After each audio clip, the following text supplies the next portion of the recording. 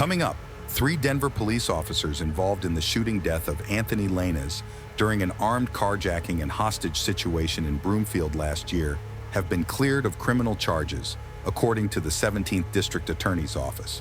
Let's see your hands! Let me see your hands now! You got him, Jay.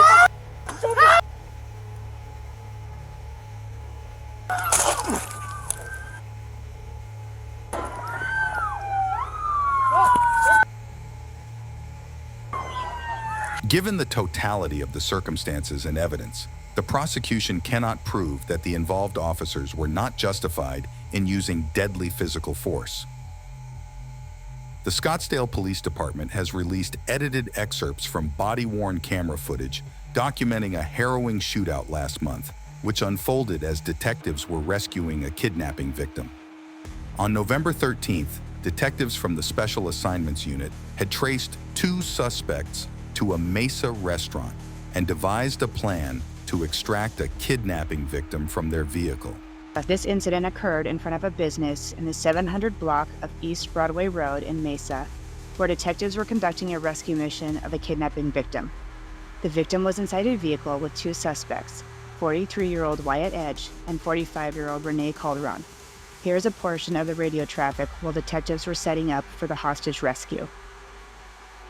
If I can somehow come eastbound in the westbound lanes, I am going to tag the rear of that vehicle on the passenger side where I think that guy's hitting or sitting, and I'm going to hit it hard to try to knock him out, break.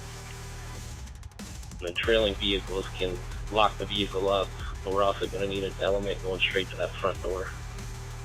I can do either. I'm literally stopped on the street just to the north, so I would flow in from east to west. 1 block. So I can go. I'll be coming west to east. All right, so you guys are going to be the ones that are going to cut off the access point. Special Assignments detectives arrived together and planned a tactical maneuver to rescue the victim.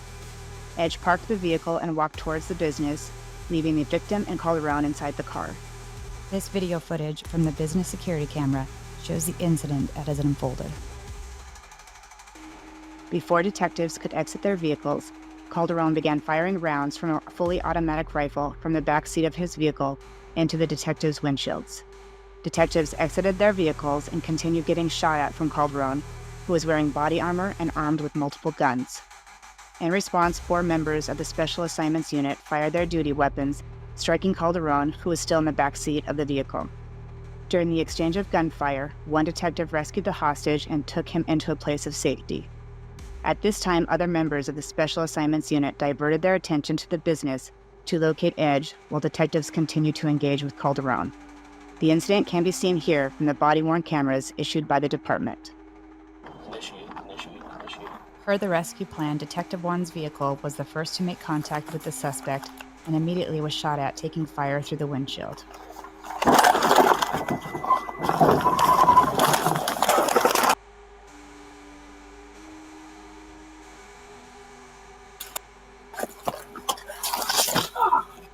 Detective 1 had to extract out the passenger door. Detective 1 ran around vehicles to avoid the crossfire. Where's our crossfire? Where's our crossfire? Get back! Go get the victim! Where? I'm in passenger side!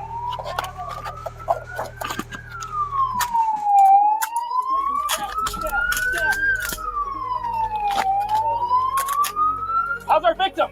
Where's our victim at? The victim's right! Watch our 360! Hey, cover! Where is the victim? Cover. Somebody said they have it. Somebody said they have it. Watch that gun. I got you. All right, back off. Watch it. Detectives observe the suspect is wearing a ballistic vest and still has a firearm pointed towards detective. He's getting it again. You got a vest on. Don't move! Copy, he's moving. Stand by.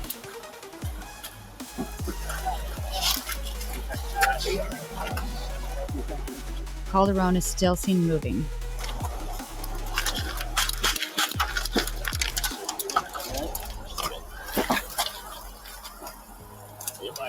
Yep. Should I climb in here? Stand by, still shoot. Should I climb in here? No, let me check him.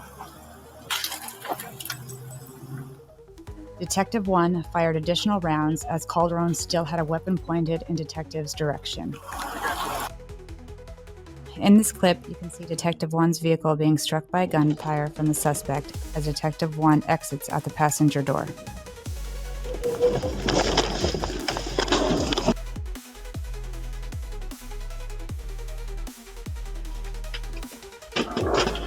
In this photo, you can see where the rounds struck Detective 1's vehicle.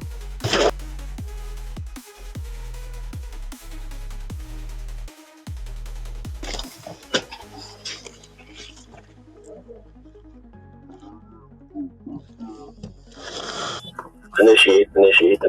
The next video is an on-body camera view from Detective 2's point of view. Detective 2 arrived directly after Detective 1 and positioned his vehicle towards the back of Detective 1's vehicle.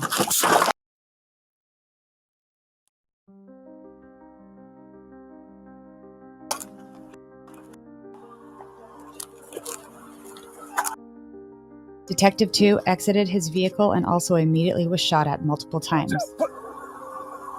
Where's our crossfire? Where's our crossfire? Watch out! Watch out! Get back! Get the victim! I'm on the passenger side!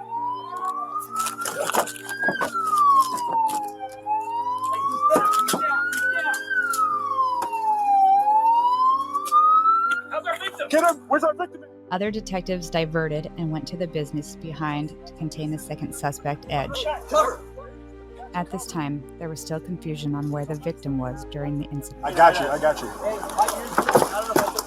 All right, back Okay. off. Detectives give a command to the suspect, "Don't move," who still has the firearm pointed in Detective's direction. He's getting it again. He got a vest on. Don't move! Copy, he's moving. Stand by. Get that. Get that gun if you can.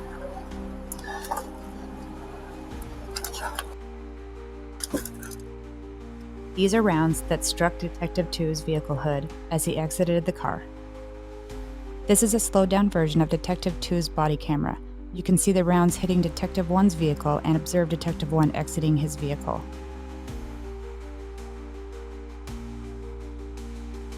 In this clip, you can see Detective 1's vehicle being struck by gunfire from the suspect. This clip shows the detective being fired upon and is struck.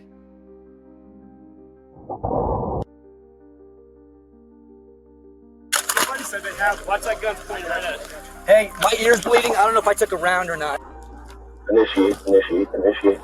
This is the view from Detective 4's body-worn camera. I got victim. I got victim. I got victim. Detective 4 runs over to the kidnapped hostage. I got the victim. I got the victim. I got the victim. Thank you, guys. Thank you so much. Oh my God. Thank you, man. Victim exited the suspect's vehicle and ran to hide.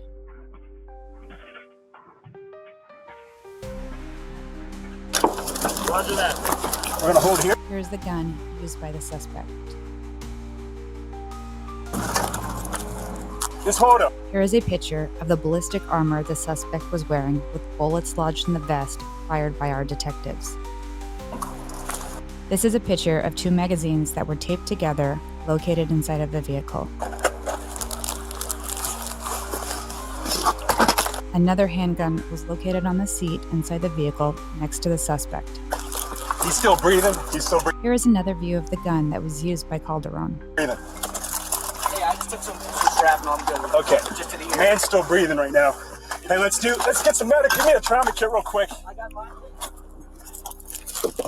Another rifle was located in Calderon's vehicle on the floorboard. Control his hands. Here is the suspect's fully automatic weapon that he used to fire at detectives. Later, Edge was taken into custody by police, and Calderon was pronounced deceased. On December 6, 2023 at approximately 10:44 a.m., officers were dispatched to a residence in the 500 block of Colorado River Boulevard after a neighbor reported that there was a female screaming for help. While officers were responding to the area, witnesses reported to dispatch that the female was screaming while she was being strangled and killed by a male. This was reported by several neighbors.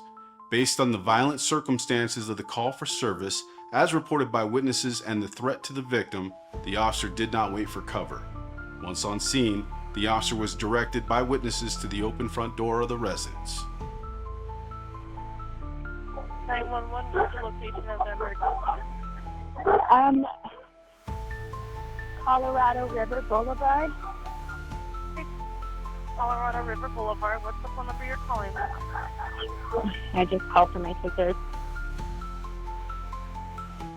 I show that as well. Tell me exactly what happened. There's a woman screaming outside that there's a man killing somebody inside her home. And is it outside your residence? Yes, it is. It's my next door neighbor. Can you hear her screaming? Yes. And she's screaming what again? Someone help her, please help her. And what did she say about a male? Yeah, a male hurting a female. Do you see the male at all? No, I don't. There's neighbors coming. Someone needs to come quick, please. I understand I already have the call in. My inspectors aren't delaying any kind of response, okay? 911, what's the location of the emergency? Colorado River? Okay, I'm sorry, you said Colorado River? Yeah. Okay, what is the phone number you're calling from? We had a guy attacking a woman inside of a house. Okay, are you the one that called originally? No, I'm just calling, but the lady out there is screaming, freaking out. I don't know what's going on. Okay, so it's a domestic? Sounds like it. Do you know if anybody needs an ambulance? Possibly. Do you know if anybody has any weapons? I am not sure about that. Do you know if anybody is intoxicated or under the influence of anything? Not sure. She's saying that he just killed her. Like the person that's talking is the one saying they were killed? No, the lady that's outside screaming said that this guy Caleb just killed her.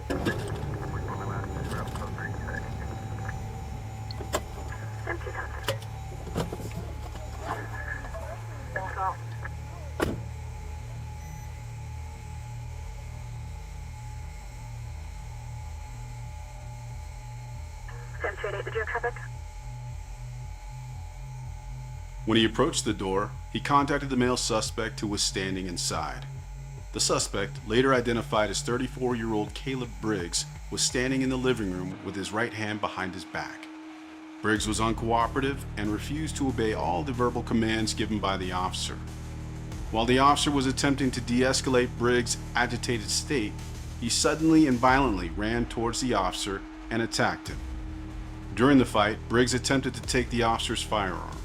The officer was able to retain his firearm and discharged and ultimately shot Briggs to stop the attack. Additional officers arrived on scene and began administering first aid to Briggs until paramedics arrived.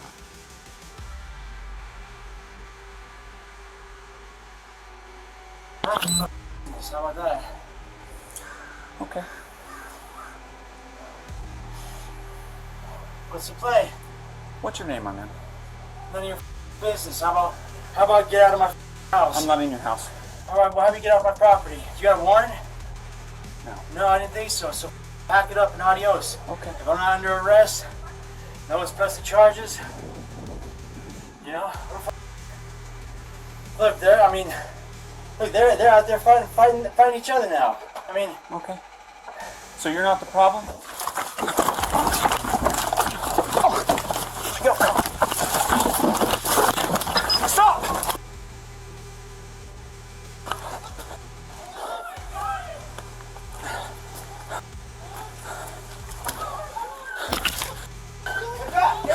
We're gonna say I'm 288, shots fired, start me rounds up.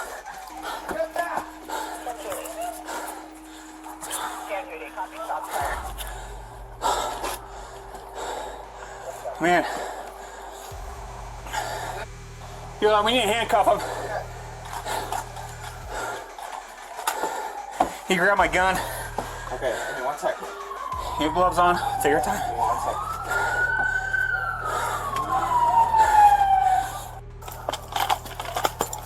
Can you grab my gun? Okay, give me 1 second. You have gloves on? Okay, give me 1 second. Give me 1 second. Yeah. Okay. Sam, 288, we got one male down. Shot twice. Okay.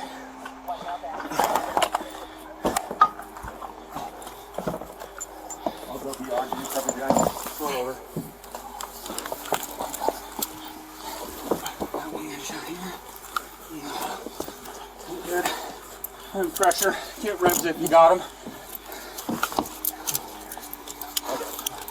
A2, yes, expedite. That right arm.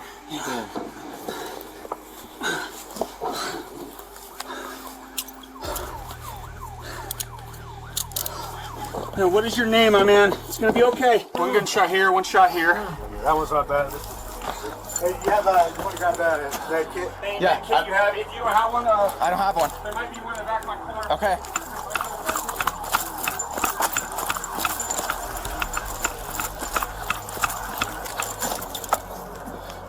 You lock the car?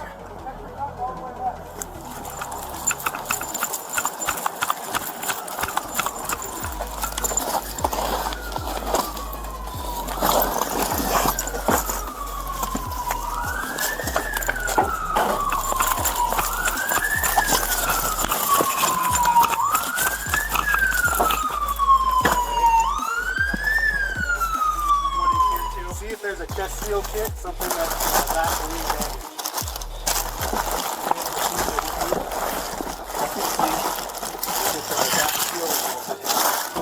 What do we need?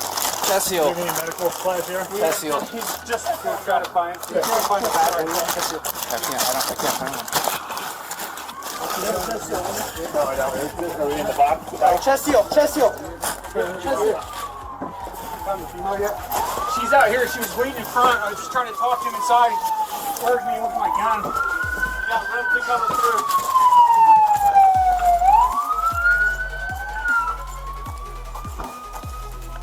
Briggs was transported to a local area hospital where he later succumbed to his injuries. In a brave response to freezing temperatures, an Arkansas police officer rescued a child from peril in a frozen pond. The incident unfolded following a call around 10 a.m. Saturday, alerting crews to a child who had fallen through ice on a pond at Gladiola Estates in Jonesboro. Body camera footage from the Jonesboro Police Department captured Officer Troy Ellison swiftly springing into action upon arrival at the scene. Hi, bud. All right, how deep is it? Okay, I got you. I got you. I got you, bud. I got you. I got you. I got you. I got you.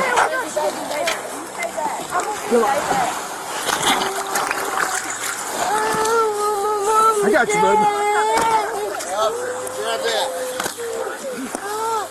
I got you. Come on.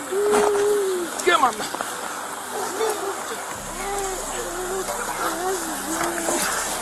Come on. Got you. You got some blankets? All right, buddy. Come on.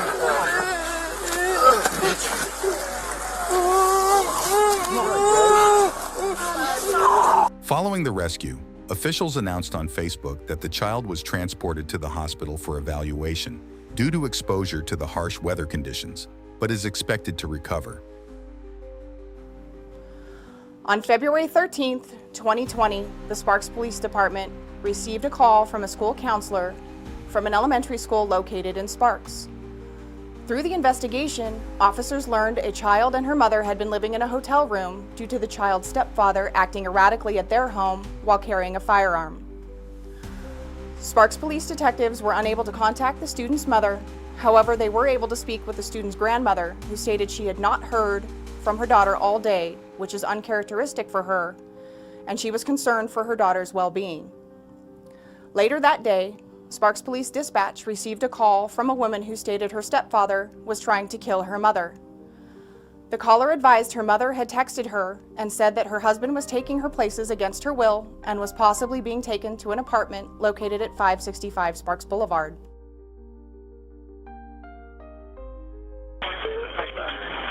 Sparks 911, what's the address of your emergency? My mom just said the address is 565 Sparks Boulevard. Or 711, she's over there. Okay, I just need to confirm 565 Sparks Boulevard. Yes, and what? we're at the 711. You said you're at the 7-Eleven?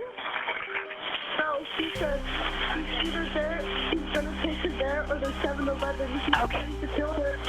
Okay, okay, I didn't hear the first part. Your mom is trying to kill someone, you said? No, someone is trying to kill her. She thinks my stepdad. Okay, so your stepdad is trying to kill her? Yes.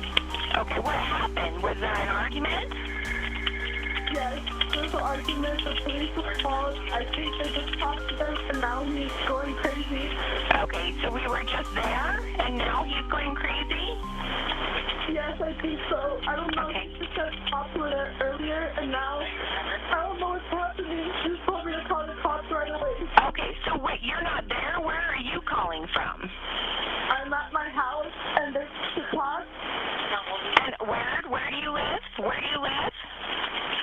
I live in Wakefield Street. Okay, and is your mom at home at the apartment, or you don't know?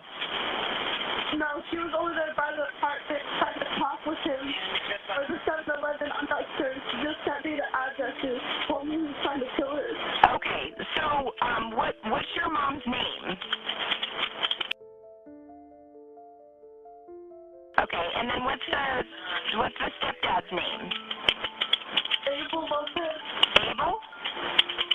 Yes. Okay, have either of them been drinking, do you know? No, I don't think so. Okay, and do they have any weapons in the house? He has a gun. Okay, does he have a gun with him? Yes. Okay, and was he chasing her, or was they at the apartment? I'm not sure. They have an argument for the past few days. They just left, and they've been talking and trying to figure it out, and now she just told me to call the police right away because she thinks he's trying to kill her. I don't know what's going on. Okay, so she called you instead of calling the police and told you to call the police and said he was trying to kill her. No, she texted me. She said, call the police right now. I just can't hide it from him. Okay, so she's trying to hide from him? She's trying to hide that. She just want to call the police because she will know, so she told me to. Okay, so she texted you?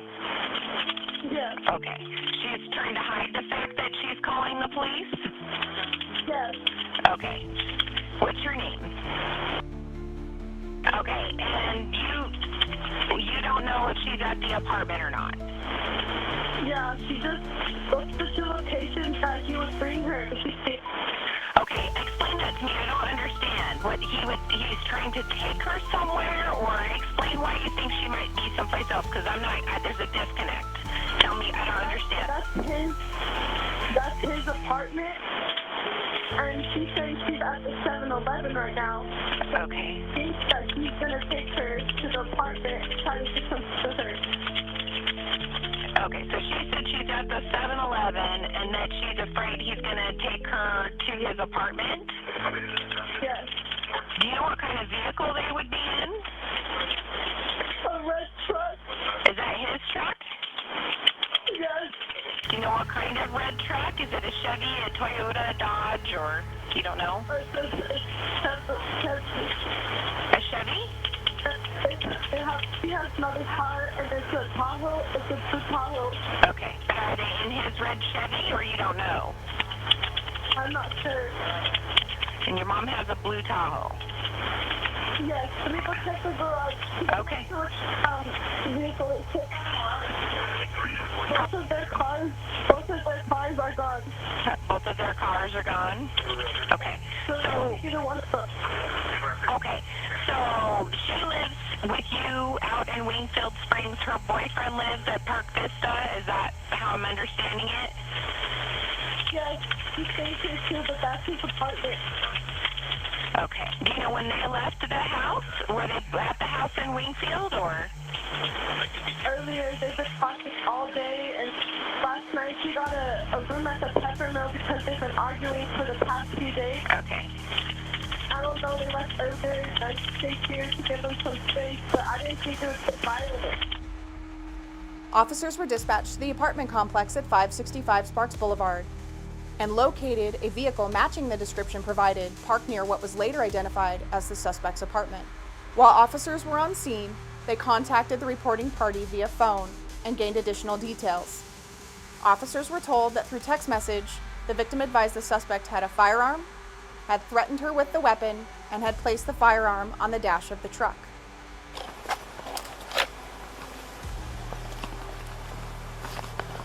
On your right.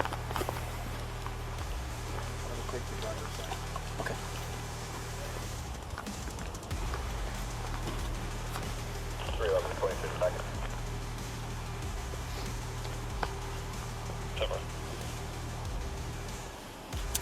Any blood or anything in there?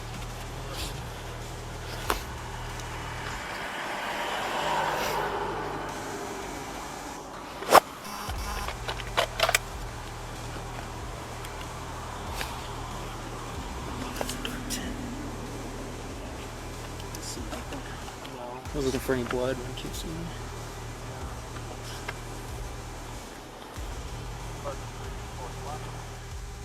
Based on this information, the Sparks Police SWAT team was activated for a possible hostage situation. An emergency action team was put in place. This team consisted of officers from the Sparks Police Department SWAT team, patrol officers, and detectives from the regional gang unit. The purpose of this team is to preserve the life of innocent involved persons on scene if an incident escalates prior to the SWAT team's arrival. Before the SWAT team arrived, the victim began to exit the apartment, but she immediately closed the door on the officers and retreated inside.